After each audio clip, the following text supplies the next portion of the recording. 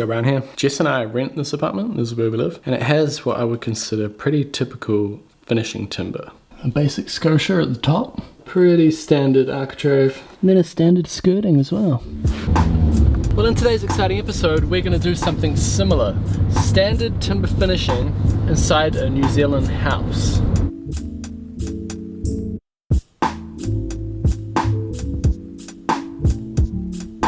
So this stuff here is the stuff that's in my apartment, and the architraves, this one here, a 40 by 10. Anyway, that doesn't matter. What we're getting at this ex-state house is a little bit different.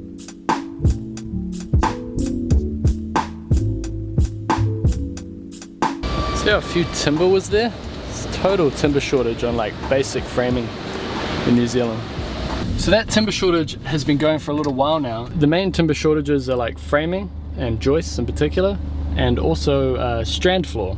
So I've seen a lot of like new build houses around Auckland. They've got like the bottom floor framed up and then nothing's happening for like a month because they can't put the mid floor on to continue framing the top floors. Anyway, and that's one of the merchants that have been doing well, as in they've been able to supply more timber than the others.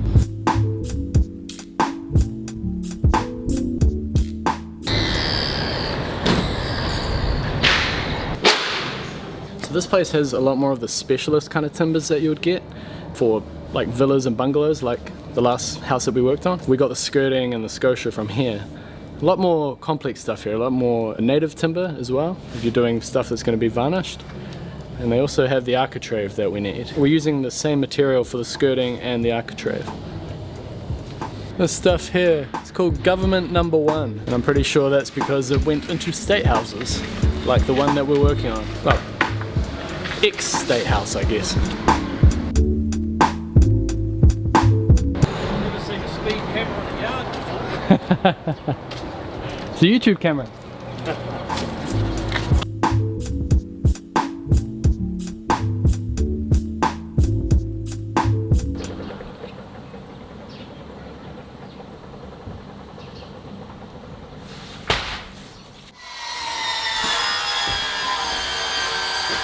Alright, since I got this 40 volt Makita miter saw, I've been wanting to see how good it is for timber finishing.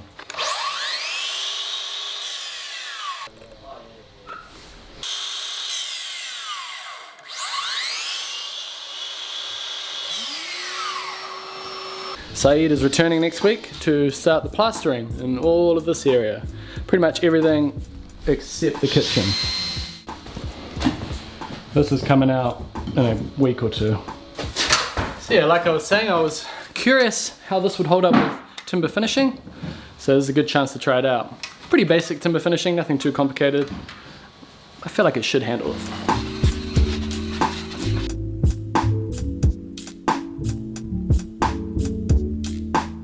So what I like to do here is I like to use a little offcut of the scotia to make sure that I've got the flat part hard against the ceiling and the flat part hard against the wall. And as long as that's true, I know that when I bring the corner up, it's going to be easy to cope the corners, which I'll do soon.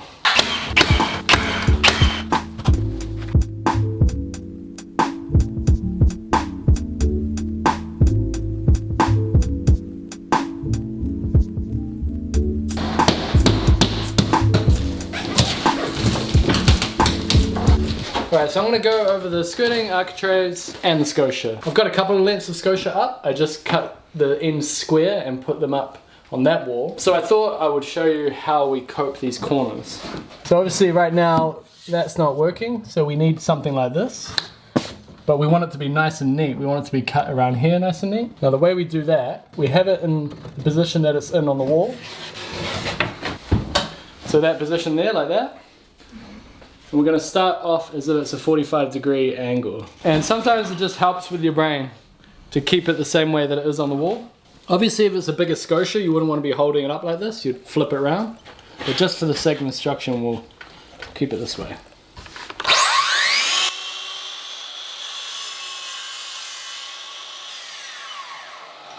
So this is the wall, and then that one that's already up on the wall is going to come down straight like that, square off this part. So we need to cut out all of this.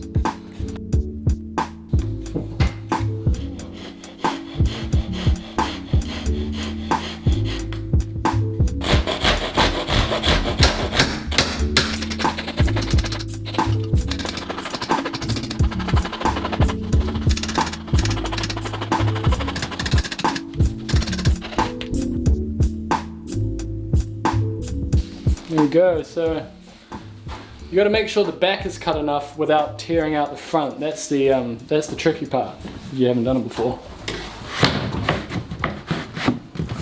There we go. Line it up with my marks there.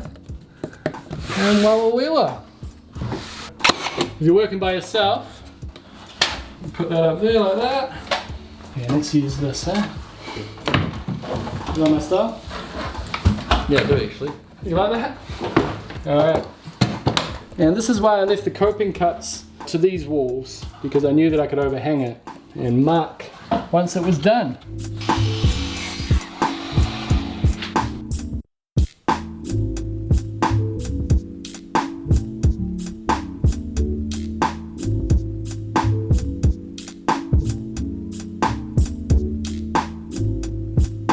On that last cut that we did, we pretended that the fence of the saw was the wall, and then we cut on that angle. But like I said when I did that cut, if it's a big scotia, that's going to get harder and harder to hold it in this precarious position. So what you're meant to do is you're meant to flip it and go like that. It means that your angle is going to go the opposite way, but it's nested.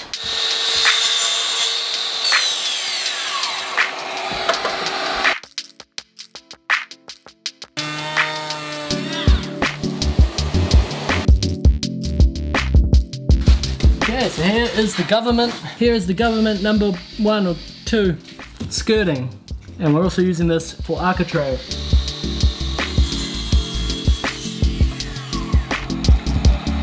So this is a pretty common size skirting in New Zealand.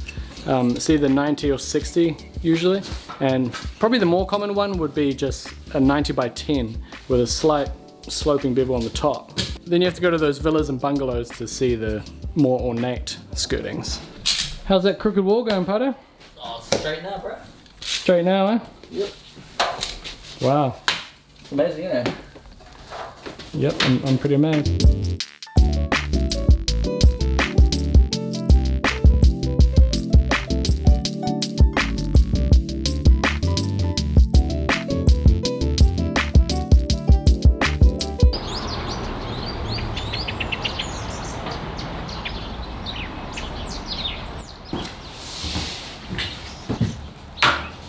Nearly finished with the scotias, and this one is a little bit tidier. Some of those first ones were a little bit questionable. You get a little bit forgiven when it's paint, but yeah, it's good practice to be a bit more tidy. Alright, let's do some architraves. I'll pop this on first. Architraves. So I always, I used to do this as an apprentice. It was one of my favorite jobs, and I'd always try and cut them in batches. So I've already cut those architraves in here on the hallway. And basically out of one length, you get enough for the top and the 2 sides. And I always start with the top.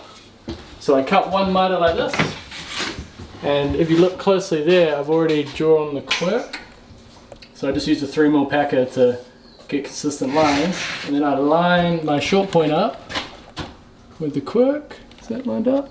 Like that. And then I mark the short point on the other side.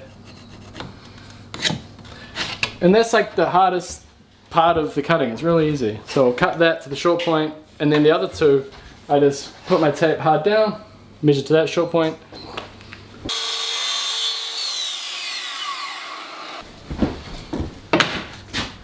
So that drop saw has been pretty good for the finishing. Obviously this isn't really a real test for how good it would be for finishing, because we're just cutting small timber trims. You know, this is 60mm.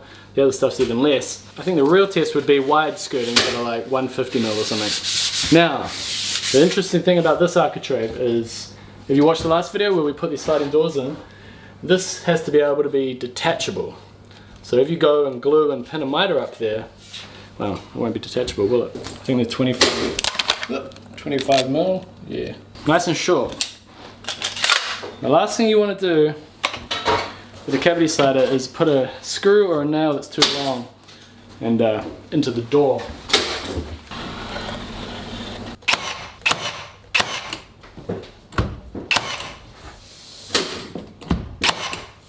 Bottom only, nail the bottom only. I still want to be able to remove this piece, but I want the miters to look clean.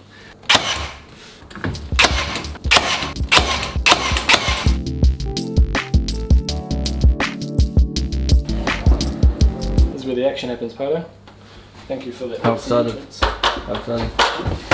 So we don't want that miter to open up and move. If you just paint it where it is, it's nothing keeping the top of the miter in place.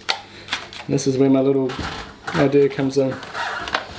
Alright, so all I do is just leave that there, and then they paint that white, and then you never see it, eh? Exactly. Enough of the dad jokes. And now this is literally a square head screw. It's probably not in focus.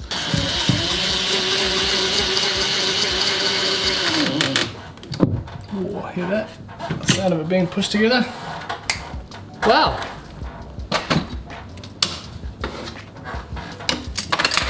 There we go. Bit of paint, and if you ever need to get to the door to change it or take the door out or whatever, all you do is take the screw out there, screw out there, screw out there, screw out there, and you just pull it that way. And this will stay together, but you have access. So those are Architraves, that's the finishing. In New Zealand, pretty standard finishing, you know, pretty basic, 10mm stuff, scotia.